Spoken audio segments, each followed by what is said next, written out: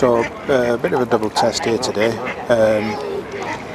Trying out a few new things on the SONY HVR Z7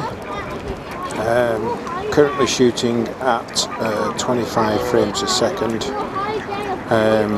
with one of the special effects that's built into the camera, and using a radio mic that I've just also got. So that can tell you what I'm doing. So basically we're just, like I said, just shooting at 1080 25 progressive.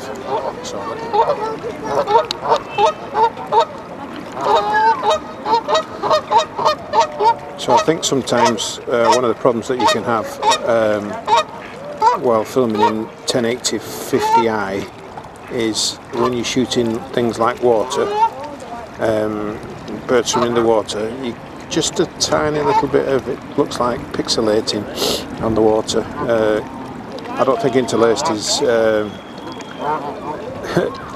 interlaced is not water or grass friendly, especially when it's moving across, but just something like this, you get a nice sort of film look, even though I have tweaked the camera to certain settings.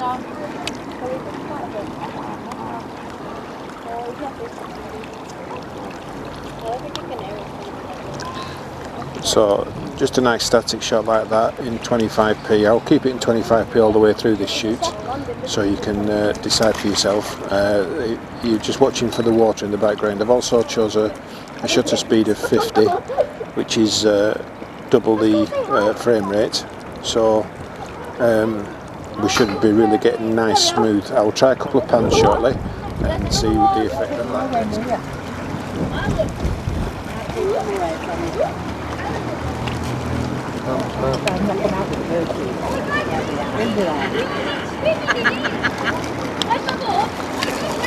Okay, so I've now gone to my setting that I like. Just added a bit of colour, tad sharpness, detail, and shooting in colour. Increase the colour just a tad as well.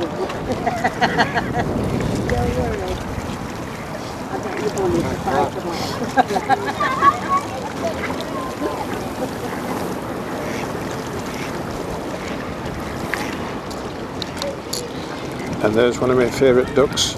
Still can't decide if it's male or female. It was, other night when I was filming it, was hanging around the males a lot, and there were lots of males there. I'm sure if it had been a female, they'd have been getting friendly with it. That time of year, I'm afraid. So I can't make, I've had a look there, it's got a grey beak, white breast and a green and white head and a brown body. And there's another one that's similar, that's basically the same as that, but it doesn't have the white breast, it's all brown and a green head with no white stripe around the neck. See, if you have a look at the females, the males have got yellow beaks. Sorry, the males have got yellow beaks, and the females have got like a browny coloured beak, but that specimen that you just saw has got a grey beak, so I don't really know what that's all about. So anyway, let's try a pan. So I'm going to pan from left to right, as smooth as I can do it, and hopefully we shouldn't have any issues as I'm panning left to right. Bearing in mind, again, I repeat, we're at 25p and we're shooting water. And water's not anybody's friend.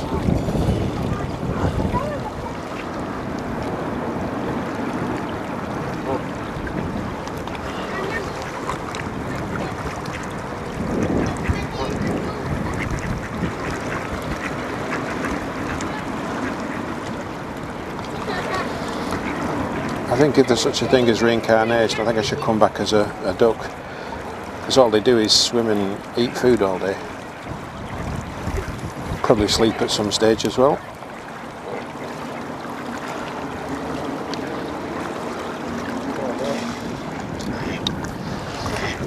So we've got a couple of jackdaws there, found a spare piece of bread, and it's defending it, and it's going to be interesting. That little gull there is going to try and hoodwink it and grab the piece. Oops. Don't blink it or you'll lose it.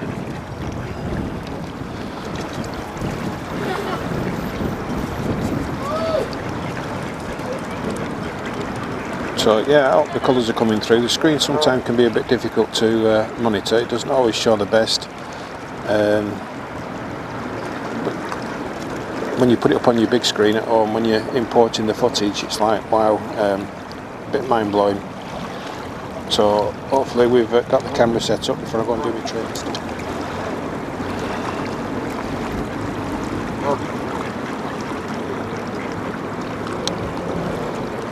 So that's what I'm going to try and see. If we can see the bit of water on the belly and the details in the feather. I guess this is what shooting at 1080 is all about, really. The immense detail that you're capturing. By the way, I'm not using tape, I'm going straight onto the MRC recording unit. So a bit like a solid state camera now, really.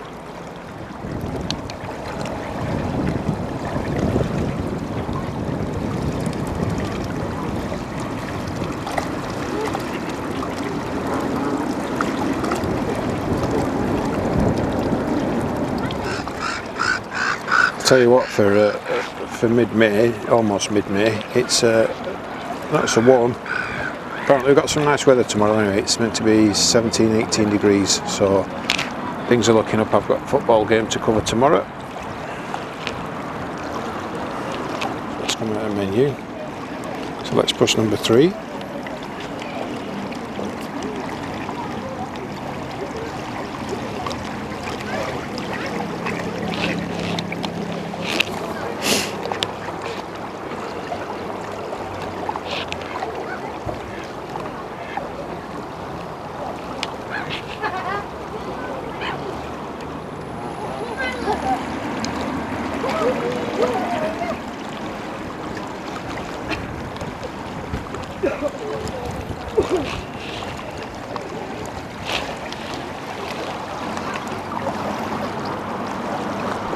So I've just warmed up the white balance. Should be nicer colours now coming out of this. Looked a bit just flat, like a colour and so on and so forth.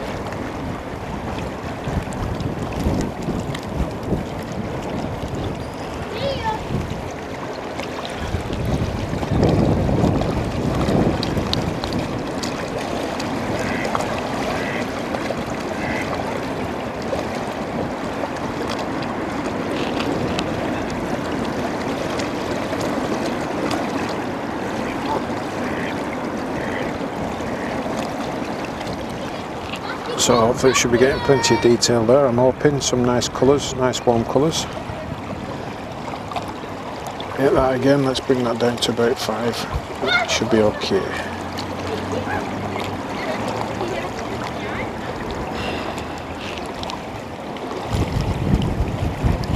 So let's try a pull back. 25p, nice and slow.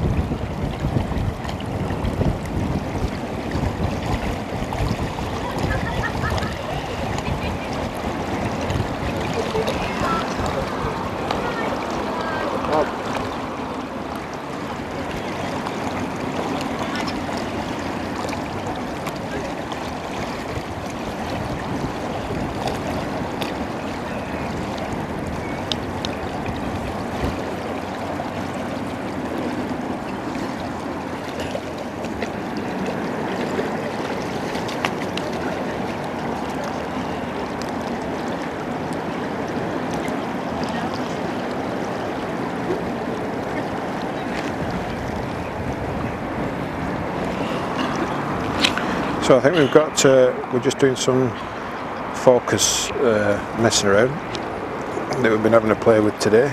Something else I've set up so that it does some nice focusing things. They come in handy for when I'm doing weddings. So without having to pull the flange back and go to manual focus, doing that way you can do it electronically just by setting a few things up in the camera. You should get some nice results. So by setting it to one of the custom presets. You basically zoom in and you leave it in autofocus, it focuses, and then you just hit the button and you knock it into manual focus without pulling the flange back. So when the bird goes away, look, see, it's not going to refocus. That's really, really good. Okay.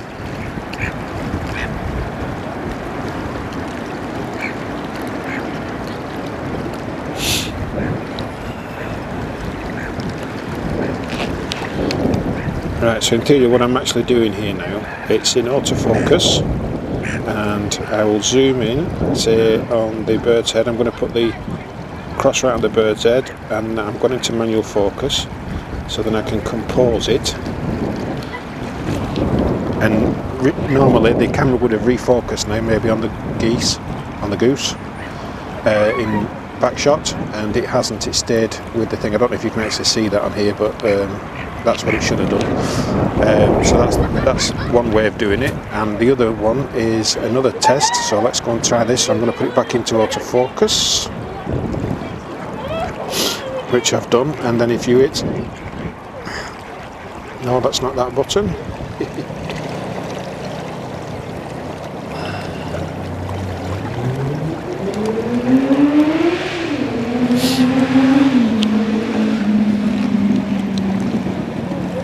So right, so this is the other way of doing it, where you set one of your other custom buttons up, and so it was in autofocus, and I basically took it out of autofocus, and now it's in manual. And so when I just pan up now to the pub, which is on the other side of the lake, it'll stay out of focus until I push this button here, which is, that's it, now it's back in manual focus. Alright, so that works good. So if I zoom down there now, you'll see that that is all out of focus. That's good, that. Two different ways of focusing, using auto rather than pulling your flange back and putting it into manual focus. Okay, alright, so let's come out of that one and just hit 3, and we're back in autofocus again. That's good. Times where I could see that coming in handy is when you're doing interviews, and your interviewees on the left or on the right of the camera again, so that's good for doing that. Push one thing for focusing and then compose, and it won't shift focus. Like I said, especially if you're leaving quite a big gap to the facial side of the person who's been interviewed. I've seen a lot of people do that, even on BBC, to be honest, where they've done interviews, and I can't believe what I'm seeing here. They've obviously set the shot up and had it in autofocus, and it's focused something behind the person that they're interviewing.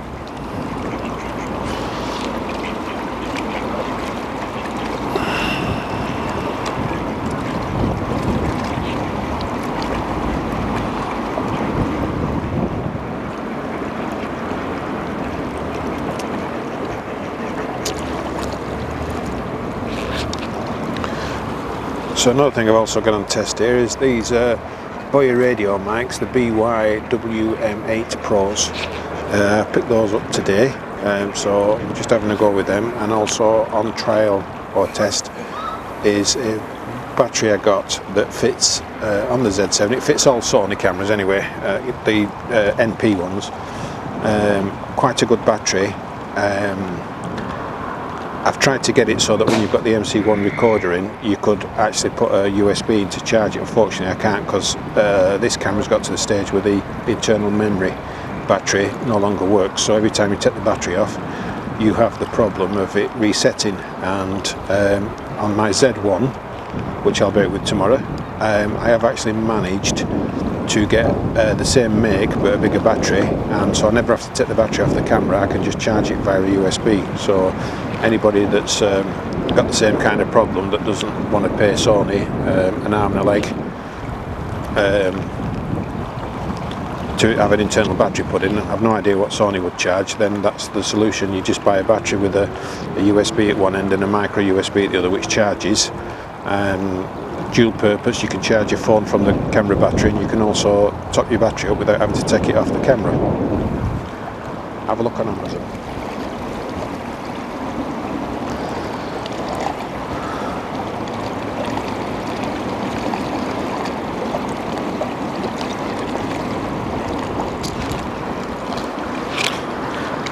Well, anybody going over to Yorkshire, as you can see there, it's rather cloudy. Up towards junction 22 on the M62, be probably fog lights on. Don't know if you can see that little fella there. Keeps coming in and picking the bits and bobs up. Very, very tiny bird.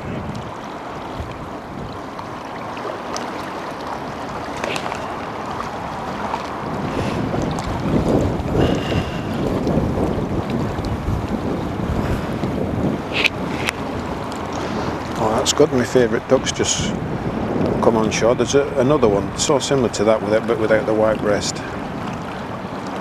Really, really nice, vibrant brown colours, especially when the sun comes out. It's just stunning. It's like a chocolate brown with a can't remember what colour head it's got. I can't remember what colour beak it's got, but it's not around today. It flew in late the other night. So let's just try the focus thing again. So if I go and hit my custom button, that one, right, so that is locked now. So if I just pan across to, say, some birds in the background, they should be a little bit out of focus, unless I've got my f-stop right down. And if I want to just do a quick bolt to focus, that's it. Yeah, rather pleased with that function. It's going to come in really, really handy.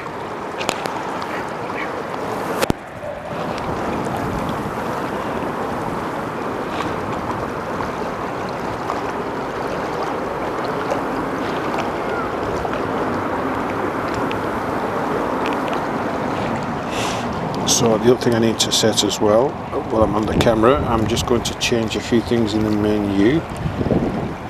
So this, I'm going to save this now, because I'm happy with this. Assign.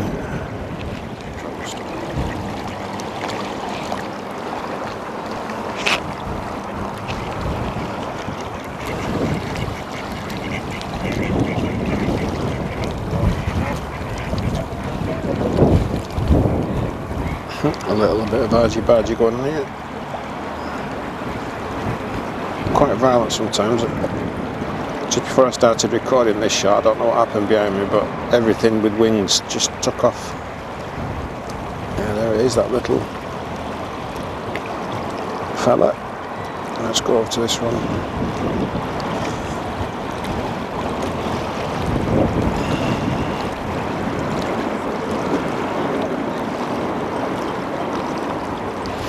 So I'm going to just do a quick pan again, close up. Again, we're still in 25p, not changed anything.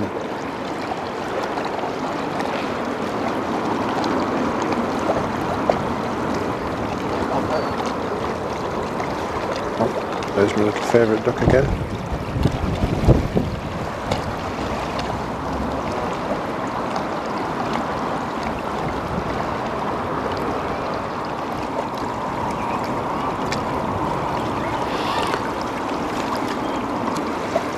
The one thing I do miss on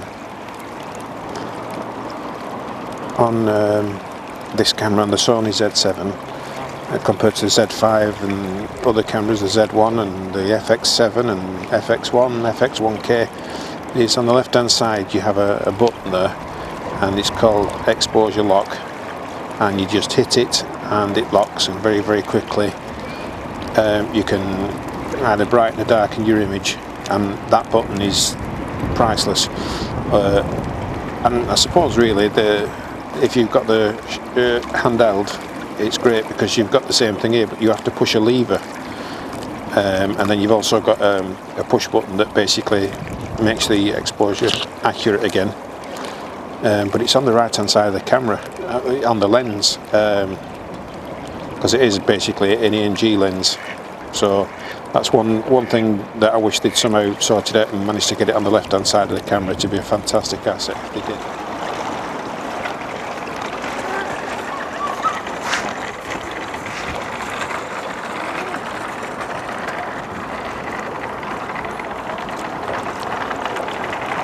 You see, now here's a good comparison of these mallards. Well, the mallard is a male mallard.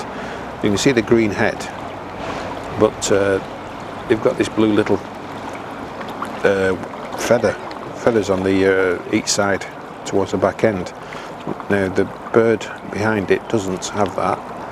It's anybody can give me the name of the bird, I'd be more than happy. I know they could say it's a crossbreed, but it's see, the females don't have the white chest either, and they've kind of got a beigey beak rather than a grey beak, as you can see this one's got.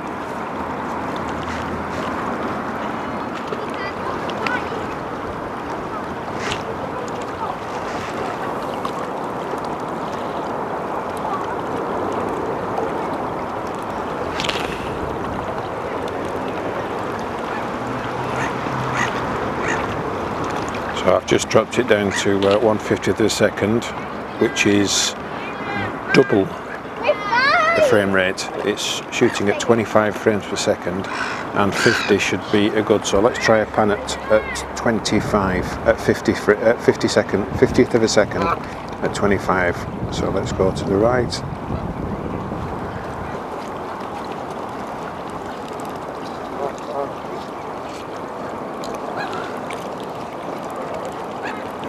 And then I'll go all the way to the left.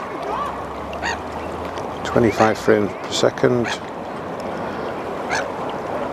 25p as they call it, 50th of a second shutter speed.